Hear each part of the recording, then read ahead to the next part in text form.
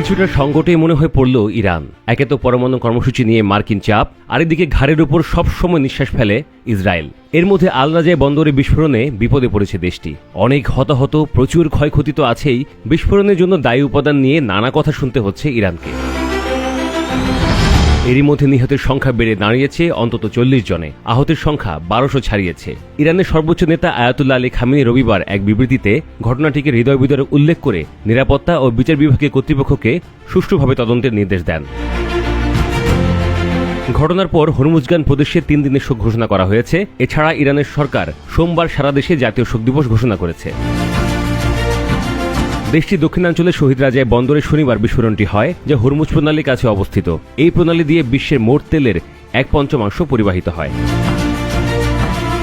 দম বন্ধ করা ধোঁয়া ও বায়ুদূষণ এলাকায় ছড়িয়ে পড়ায় রবিবার বন্দরে প্রায় 23 কিলোমিটার পূর্বে অবস্থিত হরমুজগান প্রদেশের রাজধানী বন্দর আব্বাসে সব স্কুল ও অফিস বন্ধ রাখার নির্দেশ দেওয়া হয়, যাতে কর্তৃপক্ষ জরুরি সহায়তায় মনোযোগ দিতে পারে। এছাড়া স্বাস্থ্য মন্ত্রণালয় বাসিন্দাদের পরবর্তী নির্দেশ না দেওয়া পর্যন্ত ঘরের বাইরে না যাওয়ার এবং সুরক্ষামূলক মাস্ক ব্যবহারের পরামর্শ দিয়েছে। বিস্ফোরণের কারণ তদন্ত নির্ভর হলেও এ নিয়ে ইরানের আকাশে ভেসে বেড়াচ্ছে জল্পনা কল্পনার মেঘ। এই হামলার জন্য ইসরায়েলকে সরাসরি দায়ী করেছে দেশটির একজন পার্লামেন্ট সদস্য। মোহাম্মদ সেরাজ নামে তেহরানের ওই পার্লামেন্ট সদস্য বলেছেন যে এই প্রাণঘাতী বিস্ফোরণের পরিকল্পনা ইসরায়েলের। তিনি দাবি করেছেন পূর্ব পরিকল্পিতভাবে কন্টেইনারে বিস্ফোরক রাখা হয়েছিল এবং দূর থেকে সম্ভবত স্যাটেলাইট বা টাইমারের মাধ্যমে বিস্ফোরণ ঘটায় ইসরায়েল। এই বিস্ফোরণ কোনোভাবেই দুর্ঘটনা নয় বলেও দাবি ইরানের এই পার্লামেন্ট সদস্যের।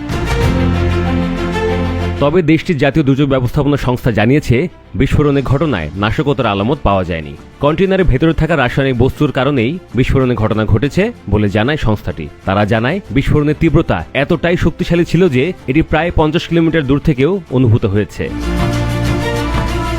শহীদ রাজায় বন্দরে বিস্ফোরণের ঘটনায় সমবেদনা জানিয়েছেন রাশিয়ার প্রেসিডেন্ট ভ্লাদিমির পুতিন।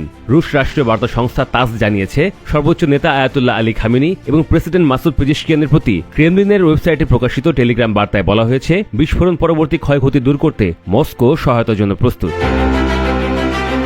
পুতিনকে উদ্ধৃত করে বার্তায় আরো বলা হয়, শহীদ রাজায় বন্দরে বিস্ফোরণে প্রাণহানি এবং ব্যাপক ধ্বংসযজ্ঞের জন্য আমার গভীর সমবেদনা গ্রহণ করুন। নিহতদের পরিবার ও বন্ধুদের প্রতি আমার আন্তরিক সহানুভূতি ও সমর্থন রয়েছে। পাশাপাশি আহতদের দ্রুত আরোগ্য কামনা করছি।